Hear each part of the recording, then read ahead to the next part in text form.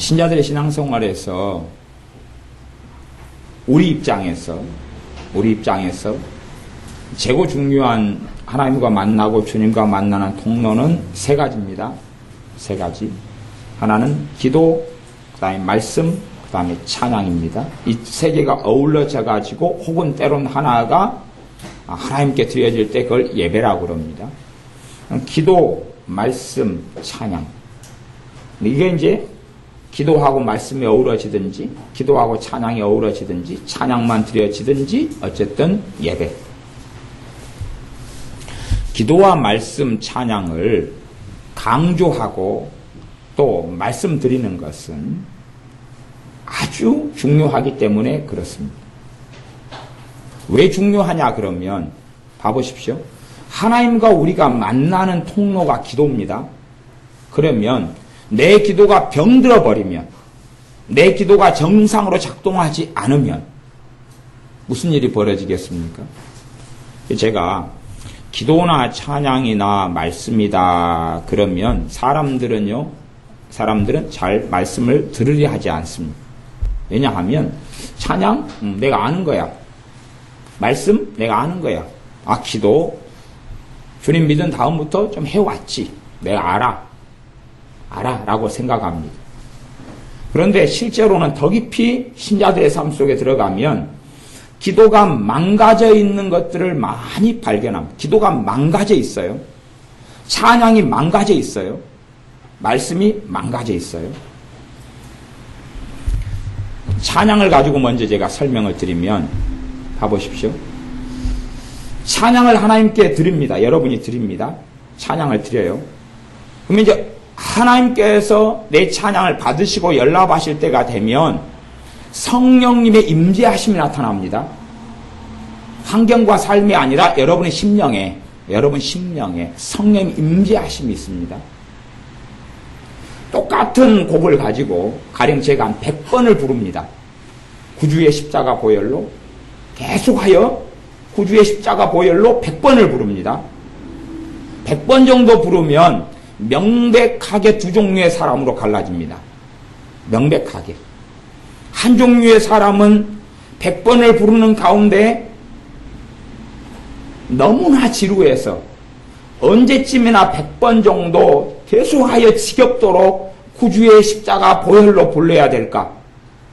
너무 지겹다. 끝나는 시간을 기다리는 사람. 그 부류가 명확하게 이쪽으로 갈라집니다. 그 다음에 100번을 불러가는 가운데 대다수의 사람, 100번을 불러가는 가운데 한 절반이나 절반 이상은 너무 지루한 사람들. 이제 나머지는 중간에서는 이제 어느 쪽으로 갈까 마음에서 방황하게 될 겁니다. 어느 쪽으로 갈까? 어느 쪽으로 갈까? 그냥 부르는 대로 노래로 부를까? 아니면 진짜 주님 앞에 믿음으로 부를까? 그렇게 방황하다가 일부의 사람들은 믿음으로 부르는 것으로 선택해 갑니다.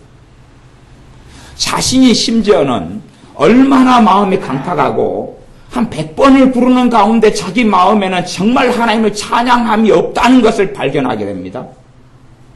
2번, 3번 부를 때는 자기 마음에 있는 진심과 실상을 보지를 못하고 지나가 버리지만 그러나 똑같은 구주의 십자가 보혈로라면 그 찬양을 한 100번 정도 부르면 자기의 마음이 얼마나 냉랭한지 입은 목이 아프도록 반복해서 부르고 있지만 내 마음은 찬양하고 싶은 것이 하나도 없다는 신비한 사실을 발견합니다.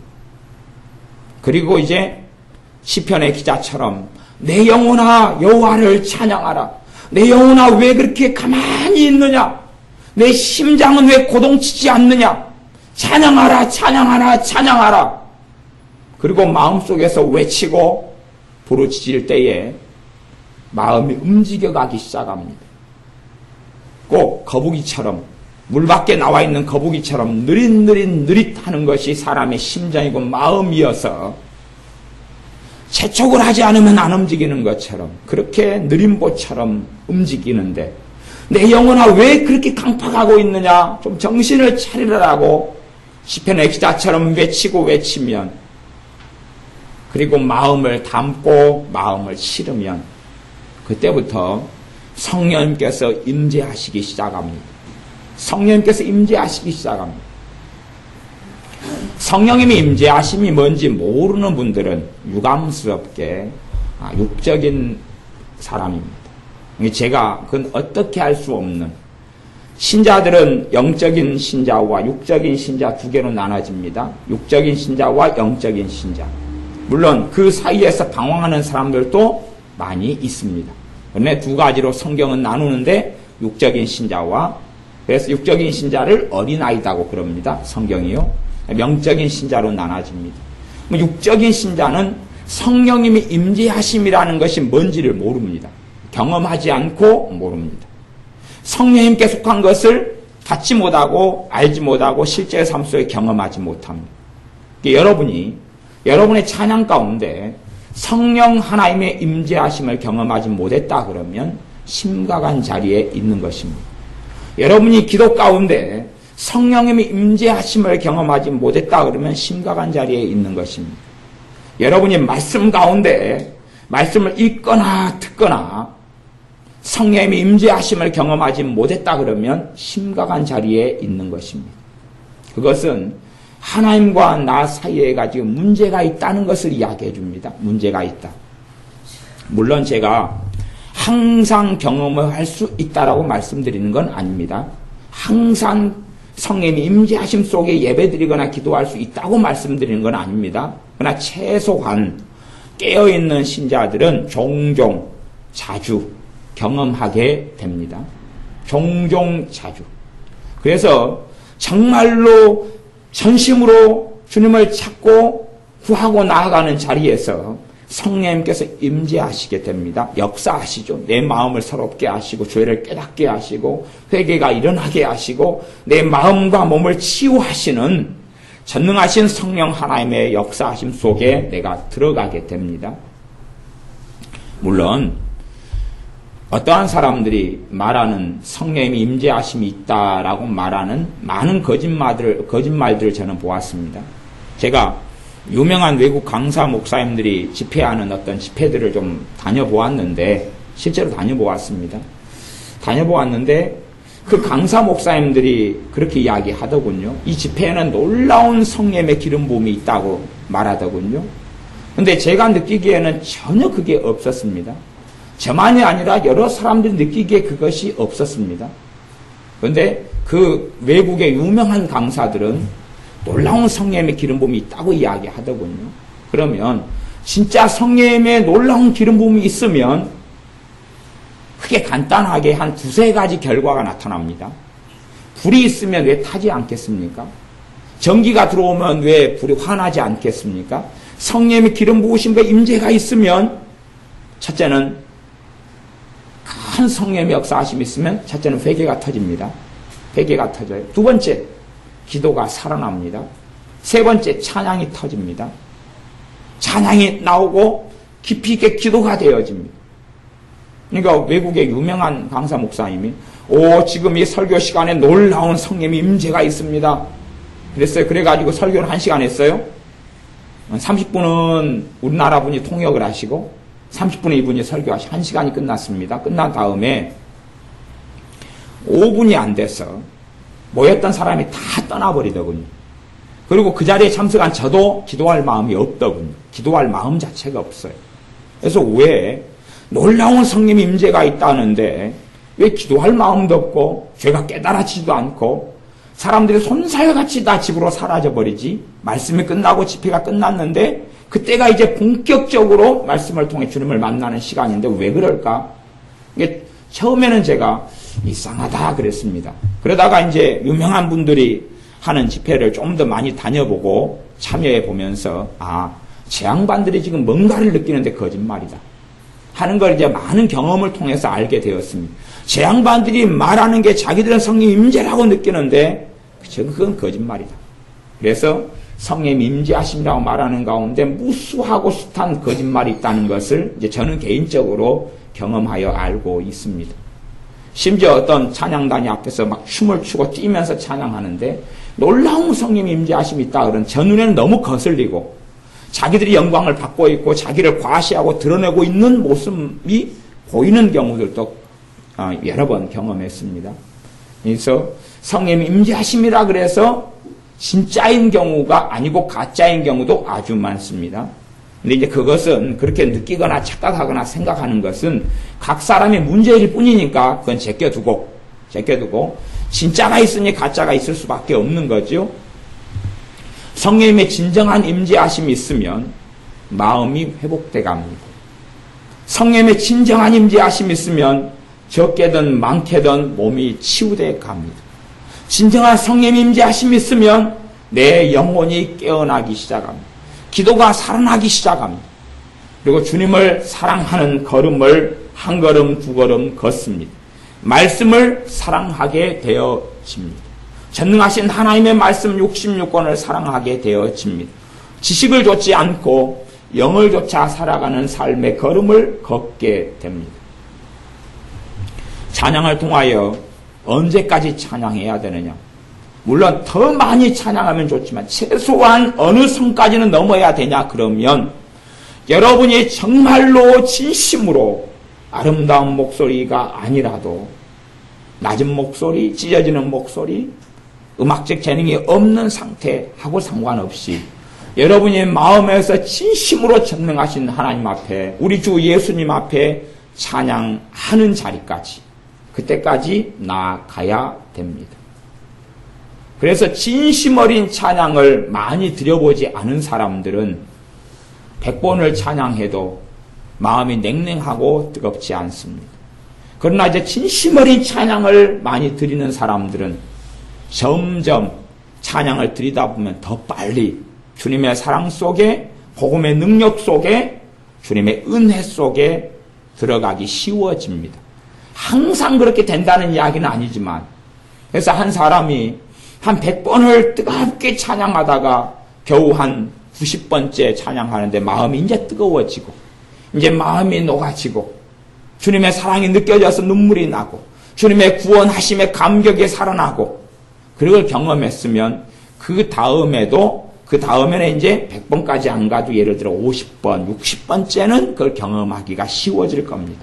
물론 어떨 때는 그 한 번의 경험으로는 다 어떤 게 되지 않기 때문에 100번을 다 불러도 안 되고 200번까지 부를 때에 158번째 그럴지도 모르겠습니다. 그러나 최소한은 우리의 마음이 하나님 앞에서 기경되고 있기 때문에 갈아엎어지고 있기 때문에 더 쉽게 좀 더 낫게 한 번으로는 전혀 되지 않지만 한 번, 두 번, 세 번 하나님이 받으시는 찬양 가운데 든다면 더 되어져 갈수록 더 쉽게 하나님이 받으시는 찬양을 드리기가 쉬워질 겁니다. 그러면 성령의 임재하심이 쉽게 나타나고 성령의 운행하심과 역사하심이 더 쉽게 나타나고 내 마음이 새로워지기 시작할 겁니다. 찬양이라는 것은 우리가 하나님께 드리는 거지만 실제로는 하나님이 우리의 찬양을 필요로 하시기보다는 찬양이라는 게 하나님께서 은혜 주시는 통로가 됩니다. 하나님께 무엇이 부족한 것이 아닙니다. 우리의 찬양이 하나님께 부족한 것이 아닙니다. 하나님께서는 돌들로도 하나님을 찬양하게 만드실 수가 있고 나무 잎이 흔들리는 걸 통해서도 우리가 드리는 찬양보다 훨씬 더 아름다운 찬양을 만들어낼 수 있습니다. 우리의 찬양이 하나님께 무슨 일을 하는 것이 아닙니다. 우리가 찬양을 드리는 것은 하나님의 은혜의 통로가 됩니다. 은혜의 통로가 돼서 찬양을 통하여 오히려 우리가 하나님을 찬양하는데 하나님의 주시는 은혜가 나타나고 내 마음이 새로워지고 삶이 새로워지는 그 은혜 속에 들게 됩니다. 물론 찬양을 통하여 성령님께서 임재하시고 이제 운행하시고 역사하시고 하는 것을 경험하는 초입에 들어갔는데 거기서 끝은 아니죠. 가스레인지를 불을 켰습니다. 불이 붙었으니까 이제 다 된 건 아니고 계속 붙여놔야 될 것 아닙니까? 계속 가스를 공급하고 불이 붙어야지 밥을 하면 밥이 다 될 때까지. 그러는 것처럼 그분의 은혜 속에 찬양하는 것이 충분하게 그 속에서 있어야 될 것입니다. 그때에 우리의 삶을 거룩해 하시며 우리를 변화시키시는 주님의 은혜를 체험하게 됩니다. 제가 그러면 아주 신기하고 신기한 이야기를 해드리겠습니다. 아주 신기하고 신기한 이야기. 믿는 사람을 만났습니다. 신앙생활 몇 년 하셨습니까? 예, 10년 했습니다. 10년 찬양하는 가운데 찬양을 부르다가 눈물이 쏟구치고 가슴이 뜨거워지고 그 다음에 기도가 찬양을 더 부를 수가 없어서 갑자기 기도로 막 나아가고 그런 일들이 혹시 있으셨습니까? 그러니까 어떤 분이 그렇게 대답했습니다. 한 번도 없었습니다. 그래서 제가 신비하고 놀라운 이야기라고 그럽니다. 한 번도 없었습니다. 제가 그렇게 말할 수밖에 없습니다. 아, 당신의 찬양은 고장났군요. 당신이 예수를 믿는 10년 동안에 그 찬양이라는 것은 가치가 없으셨군요. 고장난 것을 고치셔야 되지 그 상태로는 앞으로 100년을 더 하셔도 당신의 찬양이 하나님께 연락되지 않을 겁니다. 자신들의 찬양이 고장났다고는 생각하지 않더라고요. 자신들이 하는 찬양이 하나님께 연락되지 않을 거라고는 안 믿더라고요. 가짜 믿음이라 그러는데요. 자기가 하나님께 드리는 찬양이 하나님께서 항상 받으실 거라고 믿더군요. 그것을 큰 믿음이라고 그럽니다. 아주 위대하고 대단한 믿음이라고 그럽니다만은 그건 가짜입니다. 그건 가짜예요. 믿음이 아닌 것을 믿는 이상한 일들이 있으니까 진짜 믿음은 사라지고 없어지지 않습니까? 끊임없이 그렇게 믿고 살아가더군요. 주일날 예배 드릴 때 드리는 찬양을 하나님이 받으셨을 것. 아니, 아무 생각이 없든지 내가 드리는 찬양이 쓰레기통에서 잡동사니처럼 구르고 있다는 생각은 안 하더군요. 의미 없이. 그렇기 때문에 찬양의 다이너마이트 같은 능력을 체험하지 못합니다. 그래서 찬양이라는 놀라운 은혜의 통로를 사용하지 않습니다. 왜요? 찬양을 그렇게 했건만 아무 열매를 거두지 못했거든요. 살아계신 하나님의 역사하심을 찬양을 통하여 누리지 못했고 체험하지 못했거든요.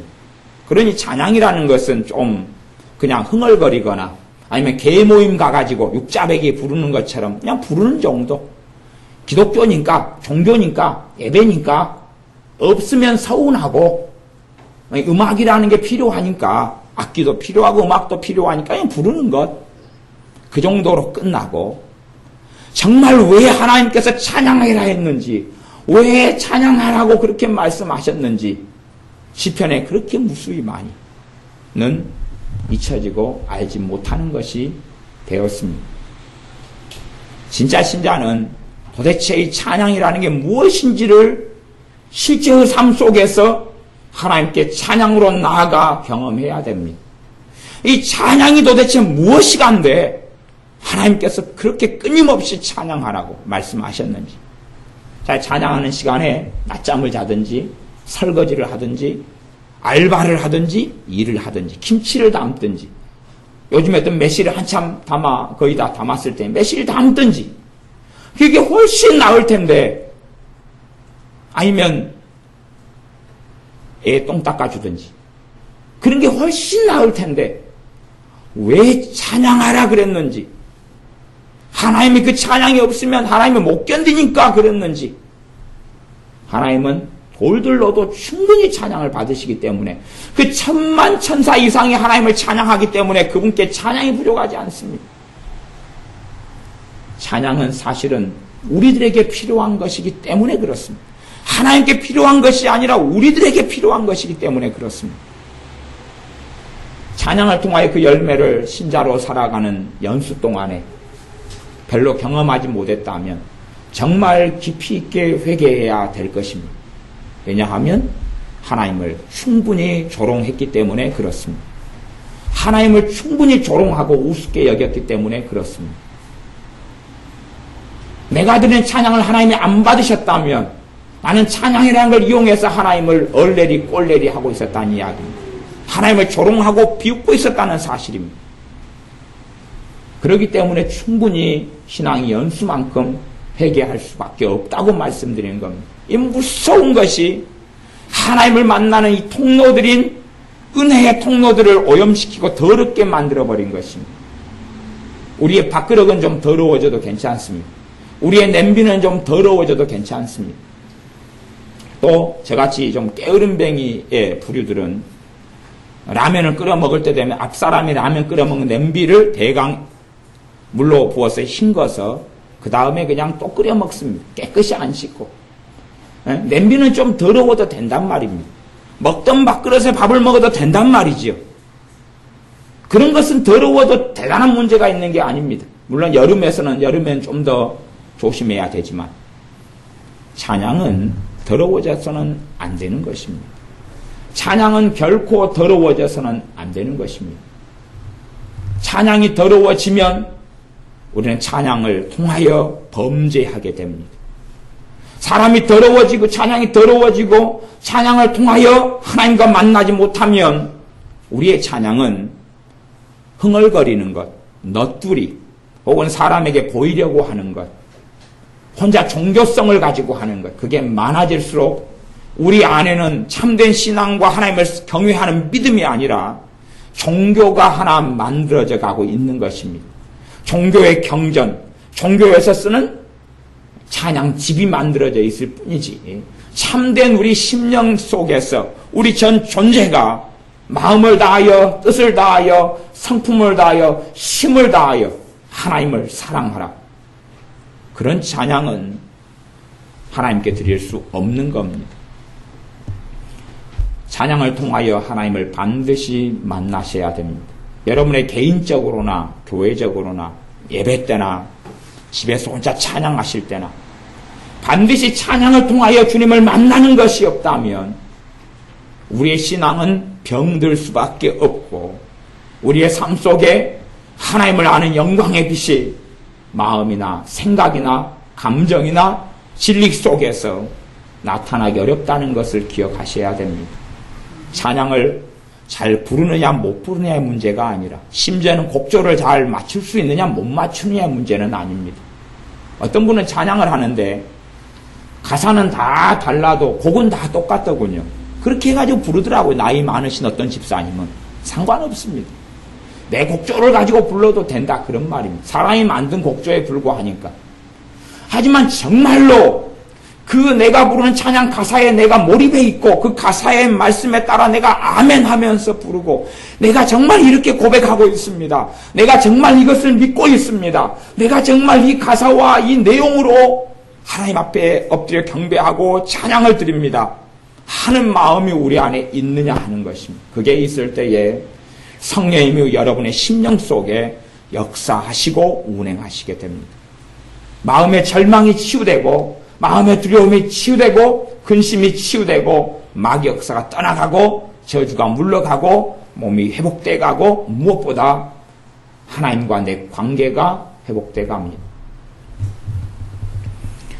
찬양을 한 신앙생활 20년 하는 동안에 찬양을 좀 부른 사람들이라면 그렇게 생각할 거 아닙니까? 나 찬양도 부를 줄 안다. 제가 하나님께 특별히 받은 은사 중에 하나가 자녀교육에 대한 은사를 받았어요. 그래서 자녀교육에 대한 부분을 보면 쫙 알고 물론 100% 그런 건 아니지만 보면 어디가 문제가 있다, 어떻게 해야 된다, 말씀에 어떻게 말씀한다 하는 것을 많은 부분을 제가 받고 알고 있습니다. 근데 이제 부모들이 애들을 키워요. 5년, 10년, 20년, 30년을 키웠습니다. 여러 명을 키웠어요. 그러면 보면 그렇게 생각들 하셔요. 자기는 자녀 교육 좀 시켰다, 안다라고 생각하고 그렇게 착각하는 부모들을 많이 만납니다. 그런 분들에게는 자녀 교육에 대해서 어떻게 이야기를 못합니다. 왜 못하냐 그러면 그 사람의 그 확고한 신념을 어떻게 바꾸지는 못하는 것이에요. 그러니까 저도 포기하고 말해봐야 피곤할 뿐 더 이상 나아갈 수가 없습니다. 물론 나이가 또 들어버려 가지고 이미 부모의 선을 떠난 경우는 어떻게 할 수 없는 경우가 많습니다. 그러나 20살이 안 되고 고3이나 고1을 할지라도 부모에 있을 때는 충분히 자녀를 도와주고 축복할 수가 있기 때문에 자녀 교육은 그때까지라도 놓지 않고 포기하지 않아야 될 중요한 일이 됩니다. 찬양도 믿는 사람이 많이 신앙생활을 하면서 자기가 해왔기 때문에 나는 할 수 있다, 나는 할 수 있다라고 잘 안다라고 생각하지만 그러나 실제로 하나님께서 받으시는 찬양을 해보고 그 속에 살아온 사람만이 찬양이 무엇인지를 알 수 있다라는 것입니다. 핵심은 멀지 않습니다. 내가 정말로 진심 어리게 내 마음이 감동되고 움직여서 찬양하느냐 하는 것입니다. 이게 마음이 감동될 때까지 기다려야 되는 문제가 아니라 내가 찬양할 때 내 마음을 담고 마음을 실어서 진심 어리게 하느냐는 것입니다. 아니면 형식적으로 습관적으로 그냥 가사를 쫓아가고 악보 쫓아가려고 그렇게 흥얼거리느냐 하는 겁니다. 그런 찬양을 통해서는 하나님을 우롱하고 조롱하는 일만 계속하게 될 것입니다. 왜요? 하나님과 찬양을 통해 소통하지 않고 교통하지 않고 만남이 없으면 조롱하는 것 아닙니까? 어떤 사람이 저 앞에 있는데 내가 무슨 말을 혼자 떠들어요. 저 사람이 알아듣지도 못하고 받지도 않는 말을. 그러면 사실은 내가 앞에서 원숭이처럼 그 사람을 놀리는 것이 아니겠습니까? 그것처럼 하나님과 소통도 없고 하나님이 안 받는 걸 앞에서 내가 뭔가를 하고 있다면 전능하신 하나님을 비웃는 것이 된다는 것입니다. 그래서 제가 거룩한 것들, 찬양, 기도, 말씀을 통해 짓는 죄들이 얼마나 심각한 죄들인지 제가 간혹 1년에 또 2년에 한 번 정도 그렇게 설교를 해 왔었습니다. 요 근래 한 5년 동안에 한 2번 정도는 그 부분을 2-3번은 설교한 것 같습니다. 그 다음에 이제 기도. 하나님이 받으시는 기도는 뭐가 있어요? 열매가 있습니다. 열매가 뭡니까? 기도 응답 아닙니까? 기도 응답이죠. 하나님이 받으시는 기도는 열매가 있고 응답이 있습니다. 또한 하나님이 받으시는 기도는 성령님이 임재하심이 있습니다. 하나님과 기도는 만나는 거기 때문에 그 기도로 나아갈 때에 때로는 쉽지 않고 때로는 마귀 역사의 방해도 있고 공격도 있고 짓눌리는 것들이 있고 하지만 그러나 항상 그렇지는 않다는 사실입니다. 내가 기도로 하나님께 나아가면 3번에 1번이든지 2번에 1번이든지 3번에 2번이든지 5번에 3번, 4번이든지 간에 아니면 5번에 1번, 2번이든지 간에 주님과 만남이 있어야 됩니다. 그것은 기도 응답 이전의 문제입니다. 기도 응답 이전의 문제입니다. 내가 정말로 기도하러 나아가면 그래서 내가 간절한 마음으로 진심을 다해서 하나님께 기도하면 성령님께서 첫째 하시는 것이 내 마음에서 일하기 시작합니다. 내 근심거리를 가지고 하나님께 간절히 나아가 엎드려서 기도하면 근심이 사라져가기 시작한다 그 말입니다. 나는 근심거리를 가지고 하나님께 엎드렸는데 근심이 내 마음에서 멀어져 가기 시작합니다. 그런데 어떤 사람은 그렇게 이야기하시더군요. 근심을 가지고 기도하면 할수록 근심이 더 된다고 그러더군요. 그분은 기도하는 시간에 뭐 했냐 그러면 기도를 이용해서 근심을 하고 있었습니다. 근심을 하고 있었기 때문에 근심이 더 되는 지경까지 가는 거죠. 그 사람도 심각하게 주님을 조롱하고 비웃고 앉아 있었던 것입니다. 그런 사람은 죽게 얻기를 생각하지 말라라고 명백하게 야고보서 1장에서 말씀했습니다. 믿음으로 구하지 않는 자들은 하나님께 그 무엇을 받기를 생각하지 말아라. 명백하게 하나님의 말씀에 기록되어 있습니다. 사람들은 그렇게 생각하지 않습니까? 하나님 내가 뭘 기도했습니다. 그러니 내 할 도리는 다 했습니다. 그러니 하나님 한번 해보십시오. 하지만 자기는 믿음으로 기도하지 않았다는 대부분의 기도가 어리석고 믿음으로 드리지 않았다는 기도는 생각하지 않더라고요. 자기는 책임지기 싫거든요. 자기가 기도에 믿음을 실어야 한다는 것은 생각하지 않고 하나님의 탁과 하나님의 책임으로 다 넘겨버리기를 사람들은 좋아합니다. 우리의 기도가 하나님 받으시는 기도가 되려면 물론 그 내용이나 말씀은 굉장히 많은 말씀이 있지만 기본적으로는 진심으로 기도하고 나아가야 됩니다. 진심으로 마음에서 원하고 기도하고 나아가야 됩니다. 방언으로 기도할 때야 특별한 기도 제목이 있을 수도 있고 없을 수도 있습니다. 마음으로 기도하고 방언, 영으로 기도할 수도 있고 또한 방언으로만 기도할 수도 있습니다. 그러나 최소한 우리의 기도 가운데 방언만 하고 마음에 있는 기도를 안 하고 끝나서는 안 됩니다. 최소한 내 마음의 기도는 꼭 있어야 됩니다. 1시간 기도하면 방언만 가지고 30분을 할 수도 있는데 내가 정말 하는 기도가 있어야 됩니다. 내가 정말 하는 기도. 그래서 기도가 끝난 다음에 누가 묻기를 이번에 뭘 기도했느냐 물으면 뭔가가 있어야 돼. 뭘 기도했는지를 당사자가 알고 있어야 되죠. 이제 말씀이 끝나고 우리 아이들이 이제 기도를 할 겁니다. 그러면 제가 냉정하게 기도가 끝난 다음에 야 은혜야 너 1시간 동안 기도하는 가운데 너 뭘 기도했냐? 30분 기도하면서 기도 제목이 뭐였냐? 물으면 모르겠어요. 아마 글쎄요. 열심히 방언했는데요. 지혜야 뭘 기도했느냐? 모르겠는데요.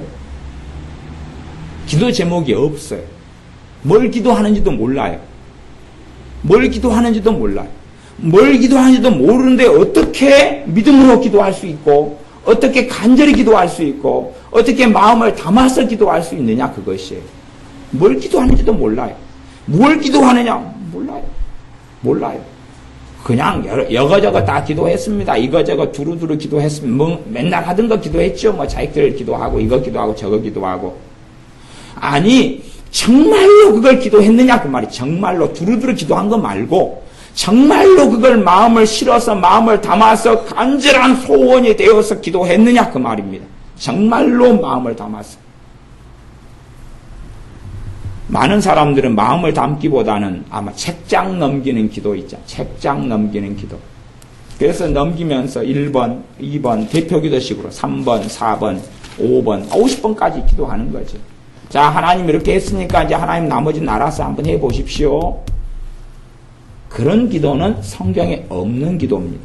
그래서 제가 대표기도는 성경에서 이야기하는 기도가 아니라 그랬습니다. 대표기도는 그것 자체가 잘못된 기도는 아닌데 그건 예외적인 기도일 뿐이지 대표기도를 기도의 샘플로 자꾸 기도 생활을 하는 사람들은 기도 생활이 완전히 망가져 버립니다. 대표기도는 기도 제목을 나열하는 기도거든요. 5개, 10개 나열하는 기도입니다. 나열하는 기도. 그 기도는 성경에서 말씀하는 기도가 아닙니다.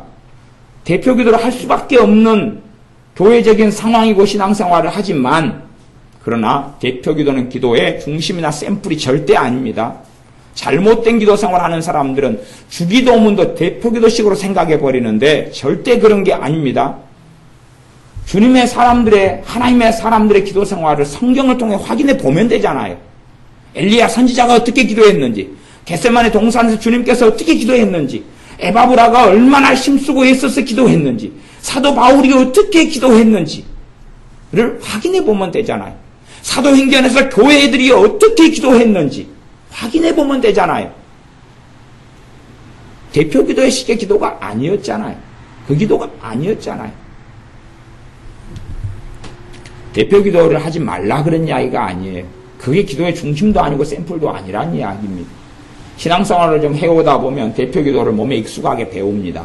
대표기도를 막 하게 되는데 대표기도를 잘하려고 애도 쓰고 고민합니다.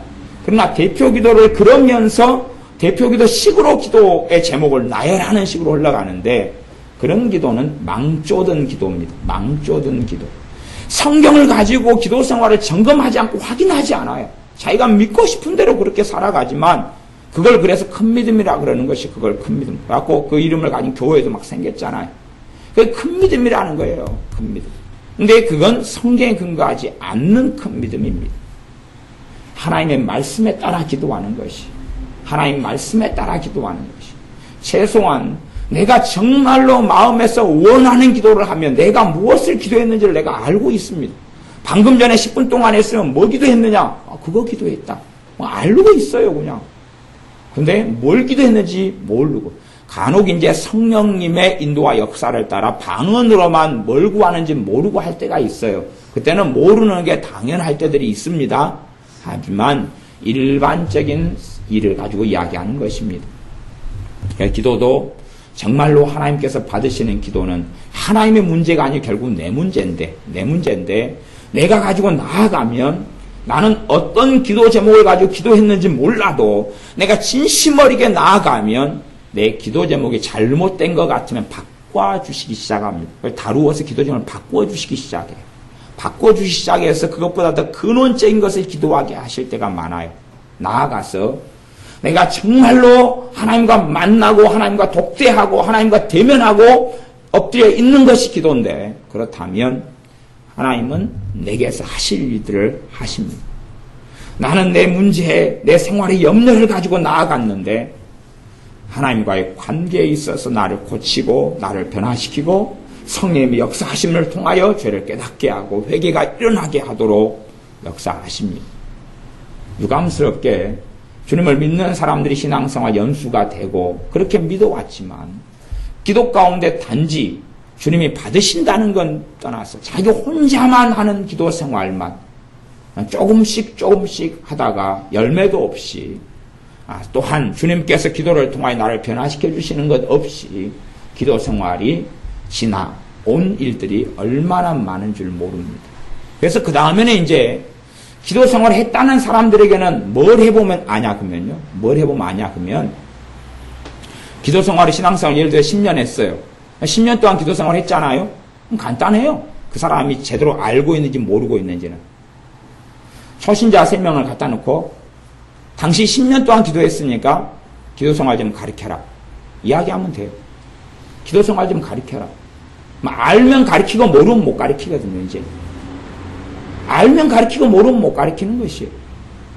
모르는데 어떻게 가르칩니까? 잘 설명할 수 있는 것하고 잘 설명은 못해도 가르치는 것하고는 다른 것입니다. 가정주부로서 밥을 합니다. 밥을 해오셨지요. 다 남자들도 저도 초등학교 4학년 때부터는 집에서 밥을 했어요. 그러니까 저도 밥하는 연수야 굉장히 오래됩니다. 그러면 우리는 남자 형제만 3형제이기 때문에 우리는 여자 일은 다 가정 집안 설거지하고 밥하고 이런 건 다 남자들이 다 했습니다. 돌아가면서. 그래서 제일 많이 쓰는 것이 사다리 타기하고 가위바위보죠. 그래가지고 진 사람이 무조건 다 하고 뒤집어 쓰고 아니면 이제 빨리 온 사람이 하거나 등등이죠. 어떨 때는 또 서열을 타가지고 또 그렇게 하기도 하고 그러는데, 밥을 한다 그러면 밥을 해왔으니까 10년 동안 해왔다, 20년 동안 해왔다 그러면 밥을 할 줄 모르는 사람에게 밥하는 것 좀 가르쳐라. 그러면 더 잘 설명할 수 있는 사람도 있고 더 잘 못 설명하는 사람도 있지만은 밥할 줄 아는 사람은 그래도 가르칩니까 못 가르칩니까? 가르칩니다. 나름대로 가르칩니다. 나름대로 가르쳐요. 기도도 똑같은 것입니다. 그래서 이 세상 사람들, 이 신자보다 더 지혜롭다고 주님께서 한탄을 하시는 일들이 많이 생긴다 그 말이에요. 왜냐하면 신자들이 상식이 없어요.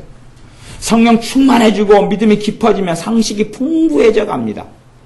기적이 있고 성령의 역사가 있고 이해하지 못하는 영적 세계가 있는 건 사실이지만 상식과 지혜가 풍부해져요.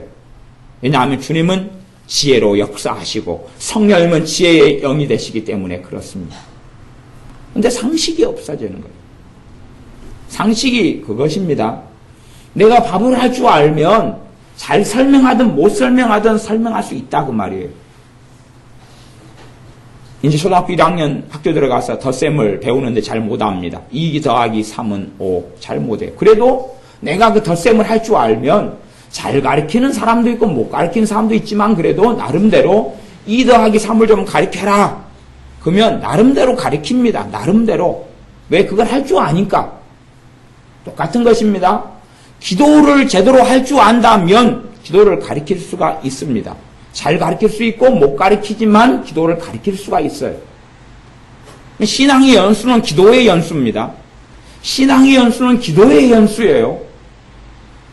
3년 믿었다 하면 3년 동안 기도생활 했다는 이야기에 적게든지 많이든지 최소한 밥 먹을 때라도 주일날 예배때라도 그러면 그 세계 속에 3년을 살아왔으면 가르칠 게 있을 거 아니에요. 알면 모르면 없고 알면 있을 거고.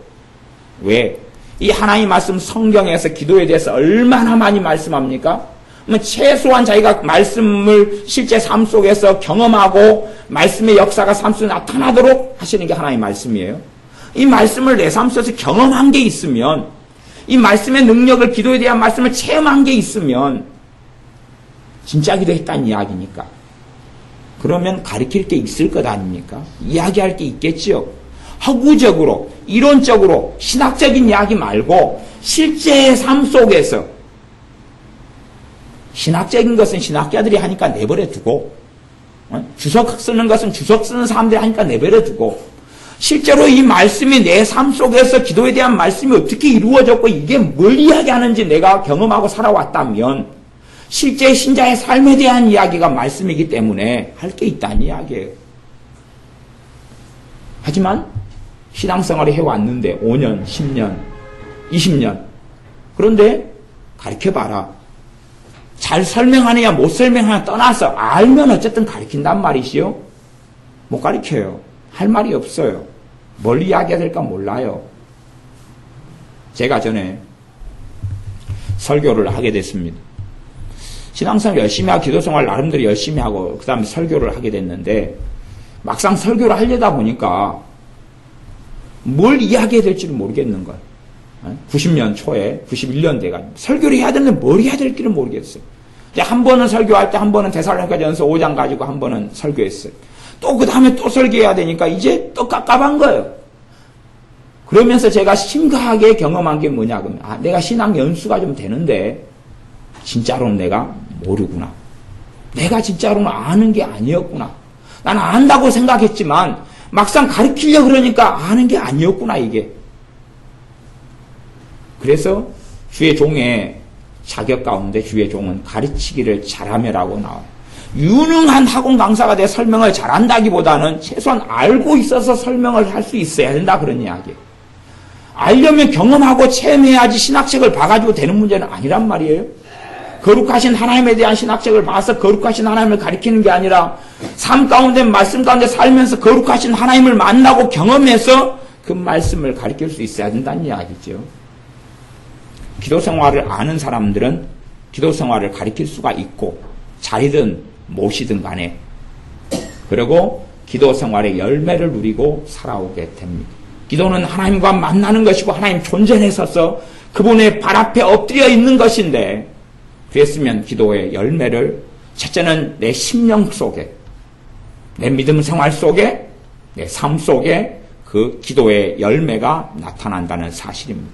내가 기도하는 내용의 기도 응답만이 아니라 하나님은 더 자비롭고 더 좋으신 것을 주시기를 원하시는 분이시기 때문에 말씀에도 명백히 하나님께서 그의 자녀들에게 좋은 것으로 주시지 않겠느냐 그랬습니다. 제가 조엘 오스틴처럼 뭐 좋은 것 굿 그러는 사람은 아닙니다. 말씀이 명백하게 좋은 것으로 주시지 않겠느냐 그래요. 하늘에 계신 너희 천부께서 좋은 것으로 주시지 않겠느냐 그랬습니다.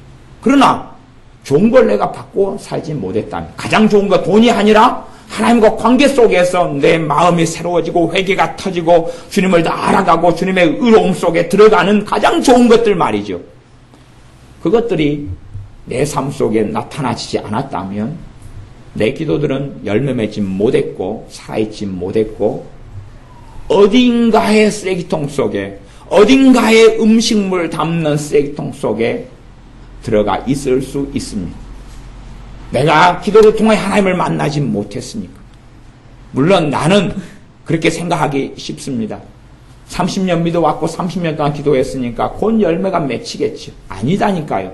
내 기도가 응답되는 것은요. 내가 그걸 가지고 엎드려가지고 성령의 임재가 나타나고 내 마음을 새롭게 하는 뭔가가 있고 내 마음이 뜨거워지고 뭐 그런 게 있는 기도들이 열매를 맺는다고 말씀드린 겁니다. 그런 것들이 뭔가가 있다니까요. 하나님과 나하고 만나는데 여러분 생각해 보십시오. 찜질방 가서 불가마 속에 들어갔습니다. 불가마 속에 들어가면은 땀 납니까 안 납니까? 나지요. 불가마 속에 들어갔습니까? 아니면 얼음방 속에 들어갔습니다. 그러면 안 춥겠습니까? 덜덜덜 춥겠죠. 똑같이 하나님의 존재에 섰습니다. 하나님의 불이 왜 안 나타나겠습니까? 하나님은 소멸하는 불이시며 불과 성령님으로 너에게 세례를 주시는 분이 우리 주 예수님이다 그랬는데 그분의 존재 앞에 엎드렸는데 그분의 역사가 왜 내게 영향을 미치지 않겠느냐 그 말입니다. 불 앞에 섰는데 왜 내가 뜨겁지 않고 열이 나지 않겠습니까? 얼음 앞에 섰는데 왜 내가 시원해지지 않겠습니까? 물속에 들어갔는데 내가 물에 둥둥 뜨거나 헤엄을 쳐야 되거나 물의 영향을 왜 내가 받지 않겠습니까? 내가 짜장면을 먹었는데 왜 내 배가 부르지 않겠습니까? 부르겠지요. 내가 물을 마셨으니까 기갈이 해갈되었겠지요. 내가 전능하신 하나님과 만났으니까 뭔가가 있어야 된다는 이야기예요. 뭔가가 있어야 된다. 그게 정상 아닙니까? 그러나 그렇게 할 수도 있습니다.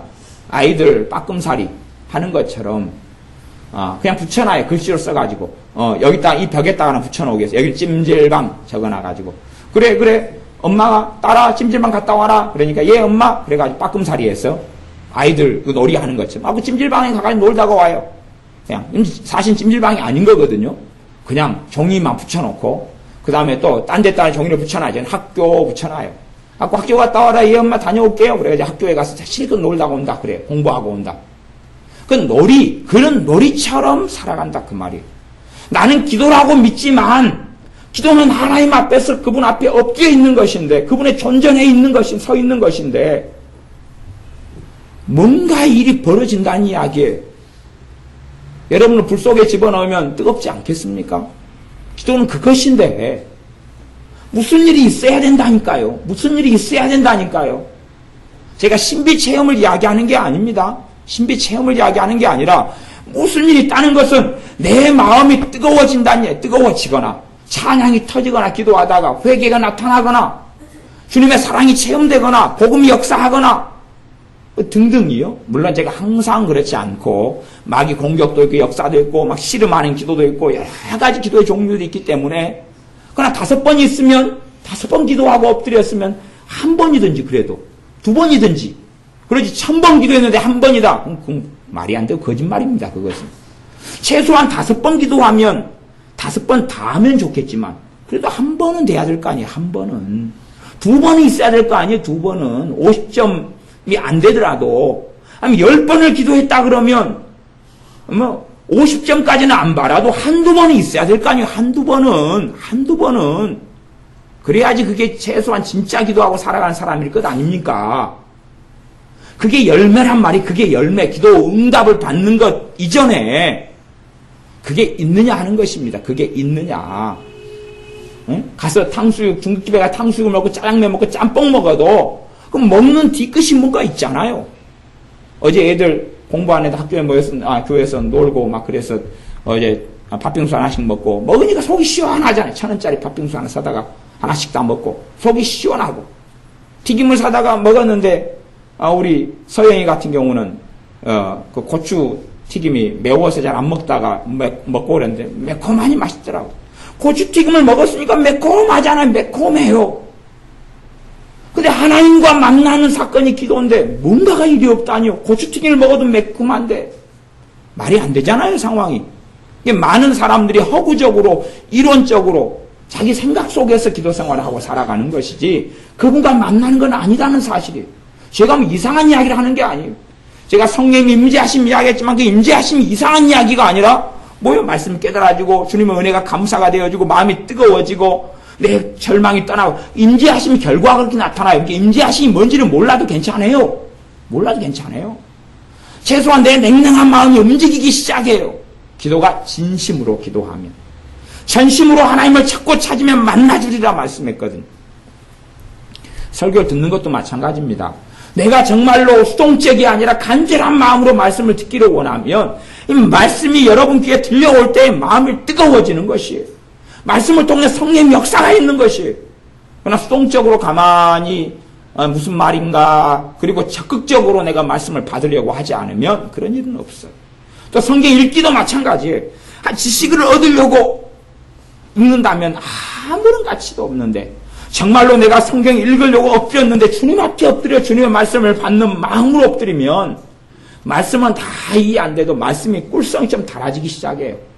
말씀을 통해 직접 내게 내마처럼 하시는 말씀을 종종 경험하고 체험합니다. 말씀을 그냥 읽기만 한 2장 3장 읽기만 읽었는데 뭘 음식을 먹은 것처럼 든든해지고 영적 만족감이 와요. 정말로 내가 주님 앞에 성경을 간절한 마음으로 읽기만 읽어도 믿음을 가지고 하나님의 존전에서 엎드려 읽기만 읽어도 내 마음에 뭔가가 알지 못하지만 미묘한 뭔가가 내게 온다는 걸 알아요. 마음이 더 평안해지고 마음에 기쁨이 오고 주님의 은혜가 더 느껴지고 마음의 근심과 절망이 도망가기 시작하는 그런 것들을 경험한다는 이야기예요. 신자가 결코 고장나지 않고 무너지지 않아야 될 것이 기도, 말씀, 찬양입니다. 그건 그냥 우리가 해야 될 의무를 넘어선 거예요. 의무가 아니에요. 하나님의 자녀에게 주시는 하나님의 말할 수 없는 선물입니다. 하나님의 자녀에게만 주시는 놀라운 선물이에요. 기도, 말씀, 찬양.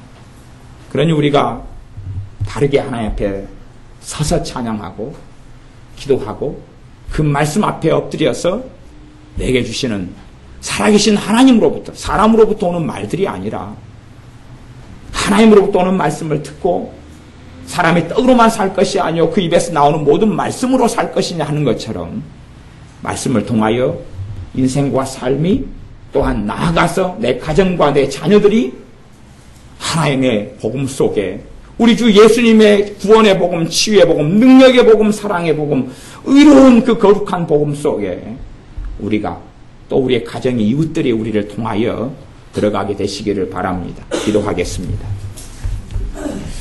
아버지 하나님, 하나님 앞에 서서 살아가는데 우리에게 주신 정말로 놀라운 복 중의 복이 기도하는 복, 하나님께 찬양 드릴 수 있는 그러한 복, 하나님의 말씀을 우리에게 또한 주셨사오매 감사를 드립니다.